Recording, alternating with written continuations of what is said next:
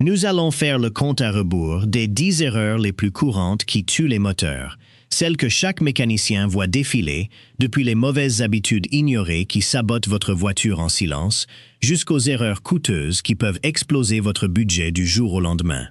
Ce ne sont pas des cas rares, ce sont des récidivistes qui frappent les moteurs de toutes les marques et de tous les modèles.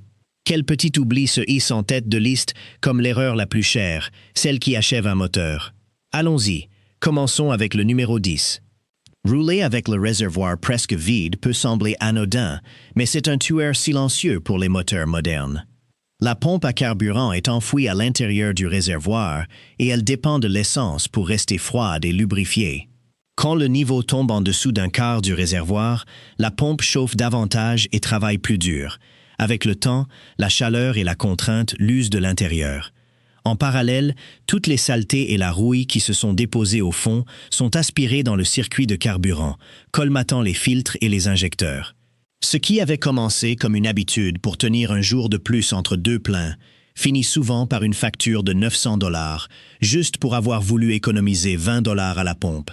La jauge de température n'est pas un simple décor sur le tableau de bord, c'est votre premier et unique avertissement avant la catastrophe. La plupart des conducteurs l'ignorent jusqu'à ce qu'ils voient de la vapeur s'échapper dessous le capot, et à ce moment-là, les dégâts sont déjà faits. Les culasses en aluminium, désormais standard dans presque toutes les voitures, peuvent se voiler en moins d'une minute lors d'une surchauffe sévère. C'est tout ce qu'il faut pour qu'une fuite de durite à 20 $ dégénère en un remplacement de joint de culasse à 3 000 $ ou une réfection de moteur à 4 500 $. Même un court pic dans la zone rouge peut déformer la culasse suffisamment pour briser l'étanchéité, laissant le liquide de refroidissement et l'huile se mélanger. La seule bonne réaction quand l'aiguille bondit est simple. Arrêtez-vous, coupez le moteur et sauvez votre moteur avant qu'il ne soit trop tard. Les courroies de distribution sont les héroïnes méconnues des moteurs à interférence. Ratez le remplacement, recommandé par le constructeur, généralement tous les 96 000 à 160 000 km, et vous jouez à la roulette avec l'ensemble du moteur. Quand une courroie casse, les pistons et les soupapes entrent en collision à pleine vitesse, tordant le métal et anéantissant tout espoir de réparation bon marché.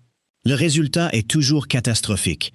Des soupapes déformées, des pistons rayés et une facture de réparation dépassant les 5 000 $.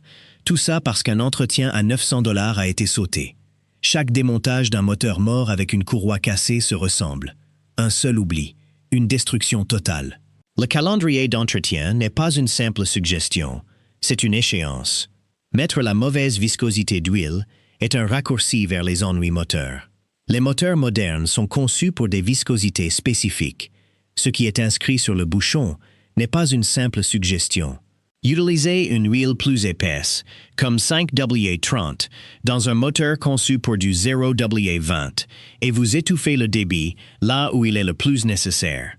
Les systèmes de calage variable des soupapes dépendent de la bonne huile pour actionner de minuscules mécanismes en quelques millisecondes. Les moteurs turbocompressés ont besoin de la bonne épaisseur de film pour maintenir en vie leur roulement tournant à grande vitesse. Trop épais, et ces pièces sont privées de lubrification, s'usant bien avant leur heure. La bonne huile n'est pas optionnelle, c'est une question de survie. Les moteurs n'ont pas besoin de grand-chose pour survivre, mais ils ont besoin de suffisamment d'huile, en permanence. La plupart des voitures brûlent ou fuient discrètement un peu d'huile entre les vidanges, surtout une fois que le compteur dépasse 160 000 km. Laissez le niveau baisser de seulement 2 litres, et l'huile restante doit faire le travail de 2, chauffant davantage et se dégradant plus vite. C'est à ce moment que les coussinets de bielle commencent à souffrir, s'usant à chaque accélération. Finalement, le vilebrequin se raye, le moteur grippe, et vous faites face à une réfection à 7 000 $, tout ça parce que personne n'a pris 30 secondes pour vérifier la jauge d'huile. Un contrôle rapide chaque semaine est l'assurance la moins chère que vous achèterez jamais.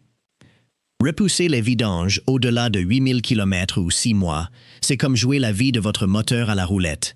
L'huile ne disparaît pas simplement, elle se dégrade et se transforme en une boue épaisse qui colmate les passages vitaux et prive les pièces mobiles de lubrification. Chaque démontage de moteur avec ce problème se ressemble. Des coussinets détruits, des canaux d'huile complètement bouchés et une facture de réparation qui éclipse le coût de quelques vidanges faites en temps voulu.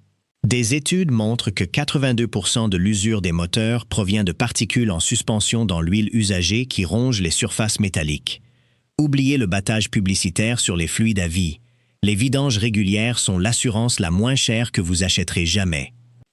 Monter le moteur en régime juste après un démarrage à froid est l'un des moyens les plus rapides de réduire sa durée de vie. Les pièces métalliques froides ne se sont pas encore dilatées à leur jeu de fonctionnement, et l'huile qui repose dans le carter est encore épaisse comme du sirop, peinant à atteindre le haut du moteur. Pendant cette première minute, chaque caïme et chaque coussinet tournent presque à sec, avec du métal qui frotte contre du métal. Un seul coup d'accélérateur brutal avant que l'huile ne circule complètement peut laisser des rayures permanentes sur la distribution. 60 secondes de patience seulement, en laissant le moteur tourner au ralenti, réduit cette usure précoce de moitié. Conduire en douceur pendant les premières minutes, c'est tout ce qu'il faut pour garder ces pièces mobiles en vie sur le long terme. Ce petit voyant orange de diagnostic moteur n'est pas une simple suggestion. C'est le seul avertissement que la plupart des conducteurs recevront jamais avant que de vrais dégâts ne surviennent. Encore et encore, des moteurs arrivent sur mon établi parce que quelqu'un a décidé de l'ignorer, en se disant que la voiture roulait encore bien. Le coupable le plus fréquent est une sonde à oxygène défaillante. Quand cette sonde cesse de fonctionner, le moteur injecte du carburant en excès, tournant riche pour se protéger. Ce mélange trop riche lave l'huile des parois des cylindres, laissant le métal nu exposé à chaque course du piston. Il ne faut pas longtemps pour que les segments perdent leur étanchéité et que les cylindres commencent à se rayer. Pendant ce temps, tout ce carburant imbrûlé se dirige droit vers le catalyseur, qui est conçu uniquement pour traiter des gaz d'échappement propres. Le catalyseur surchauffe et son noyau en céramique fond. Soudain, vous faites face à une réparation de 3 200 $. Un simple remplacement de sonde à 150 $ aurait réglé le problème. Chaque moteur mort avec un catalyseur fondu a commencé par un voyant clignotant et un haussement d'épaule. L'ancien liquide de refroidissement est un saboteur silencieux qui se cache à la vue de tous. La plupart des conducteurs n'y pensent jamais, jusqu'à ce que les dégâts soient déjà faits. Le liquide de refroidissement n'est pas simplement de l'eau colorée. C'est un mélange de produits chimiques conçus pour protéger le métal contre la corrosion et maintenir la température du moteur stable. Avec le temps, ces additifs s'épuisent et le liquide devient acide. L'acidité commence à ronger les composants en aluminium, comme les culasses, les radiateurs et les pompes à eau. De petites particules de métal et de corrosion s'accumulent dans les passages, colmatant lentement le circuit. Le débit se restreint et des points chauds se forment dans le moteur là où le liquide ne peut plus circuler. Une seule purge négligée peut entraîner une corrosion interne qui ne s'arrête jamais jusqu'à ce que la culasse ou le radiateur finissent par lâcher. Les constructeurs recommandent de purger le liquide de refroidissement tous les 48 000 km ou tous les 3 ans, mais trop de gens laissent traîner. Le résultat, ce sont des réparations coûteuses qu'une simple purge régulière aurait pu éviter. Chaque casse moteur catastrophique que j'ai vu commence de la même façon. Un petit problème ignoré. Ce n'est jamais le gros pépin au départ. C'est une petite fuite d'huile qui laisse une tache sombre dans l'allée, ou une légère odeur de brûlé après un long trajet. Peut-être une durite fissurée, un clapet de ventilation du carter grippé, ou un voyant moteur qui clignote pendant une semaine avant que quiconque y prête attention. Ce ne sont pas des mystères, ce sont des avertissements. La vie est chargée, la réparation est remise à plus tard, et le moteur continue de tourner jusqu'à ce qu'il ne tourne plus. J'ai démonté des moteurs où un joint de cache-culbuteur à 200 $ avait été laissé à fuir pendant des mois.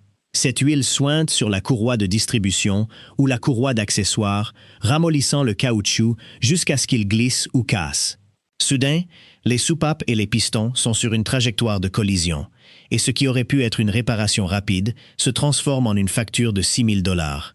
J'ai vu des clapets de ventilation de carter bouchés faire monter la pression à l'intérieur du carter, faisant claquer les joints un par un.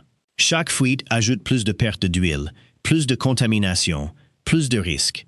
Un client a complété le liquide de refroidissement pendant 1 an, au lieu de réparer une fuite lente. Le circuit a fini par se vider un jour de forte chaleur, la culasse s'est voilée et le moteur était fichu. Ce n'est jamais une seule chose qui tue un moteur, c'est la réaction en chaîne. Les fuites d'huile mènent à un niveau d'huile bas, ce qui mène à l'usure des coussinets. La perte de liquide de refroidissement mène à la surchauffe, qui voile les culasses et fait claquer les joints. Une sonde négligée laisse le moteur tourner trop riche, lessivant les parois des cylindres jusqu'à ce que les segments ne puissent plus assurer l'étanchéité. Chaque moteur mort sur mon établi a sa propre histoire, mais le scénario est toujours le même. Une réparation bon marché ignorée, un signal d'alerte balayé d'un revers de main, et une cascade qui se termine en panne totale. Les réparations les plus coûteuses que j'ai chiffrées auraient pu être évitées pour le prix d'un plein d'essence ou d'un samedi après-midi passé dans l'allée. C'est le vrai schéma derrière un millier de moteurs morts. Les petits problèmes font boule de neige quand on attend. La meilleure façon de garder votre moteur en vie, ce n'est ni de la magie, ni de la chance. C'est de réparer les petits soucis immédiatement, à chaque fois. À travers tous ces moteurs morts, une vérité ressort. La négligence, pas la malchance, est le vrai tueur. Chaque panne commence petit. Un avertissement manqué, une réparation repoussée. La prévention n'est pas seulement moins chère. C'est la différence entre des kilomètres devant soi et un moteur en ruine. Écoutez ce que votre moteur vous dit.